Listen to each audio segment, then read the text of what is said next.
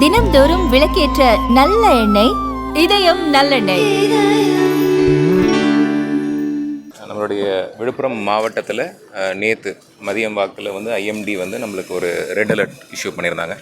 அதை மேற்கொண்டு கடந்த 24 மணி நேரத்தில் அதிகமாக மழை பெய்த இடங்களில் வந்து நம்மளுடைய வானூர் பகுதியில் ஒரு 17 சென்டிமீட்டர் அளவுக்கு மழை பொழிவு பதிவாகியுள்ளது. விழுப்புரம் டவுன் ஏரியாவில் அங்கே இருக்கிற ரெயின் காஜில் 16.8 சென்டிமீட்டர் மழை பதிவாயிருக்கு.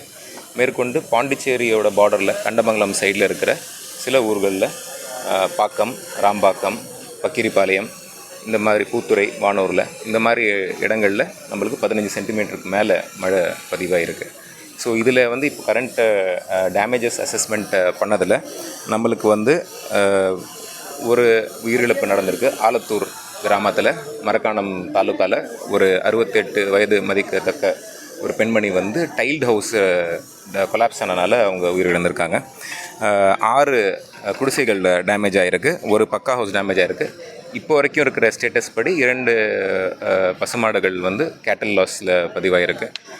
நம்மளுக்கு க்ராப் டேமேஜஸை பொறுத்த வரைக்கும் ஒரு 1200 ஹெக்டேர்ஸ் வந்து இனண்டேஷன் கரண்ட்லி இப்போ ரிப்போர்ட் ஆகிருக்கு. ஃபர்தர் எனிமரேஷனும் நம்மளுக்கு நடந்துக்கிட்டு இருக்குது. இப்போ நம்ம இங்கே வீடூர் டேமில் இருக்கோம். வீடூர் டேமில் வந்து நம்ம 12 ஷட்டர்ஸ் இருக்குது.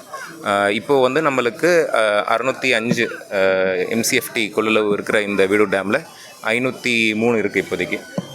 ஸோ நம்மளுக்கு இப்போது இன்ஃப்ளோ Q6 பார்த்திங்கன்னா காலையில் ஒரு 8 மணி வாக்கில் 2700 இருந்தது. படிப்படியாக அது இன்க்ரீஸ் ஆகி இப்போ 12 மணி வாக்கில் வந்து ஒரு 5000 Q6 வந்துக்கிட்டு இருக்கு. ஸோ ஒரு முன்னெச்சரிக்கை நடவடிக்கையாக நம்ம 2 வார்னிங் இதுக்கு முன்னாடியே கொடுத்துருக்கோம்.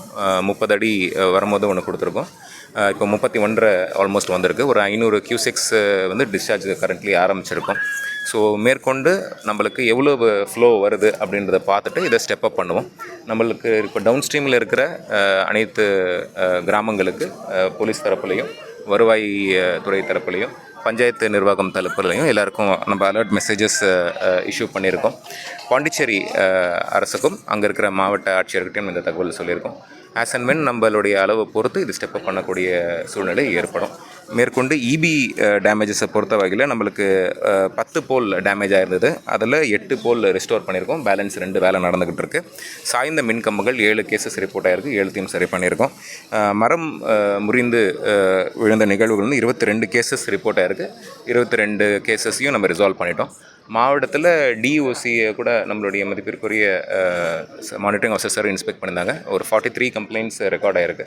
ஸோ அதுக்கான துரிதமான நடவடிக்கைகளும் நடந்துக்கிட்டு இருக்கு.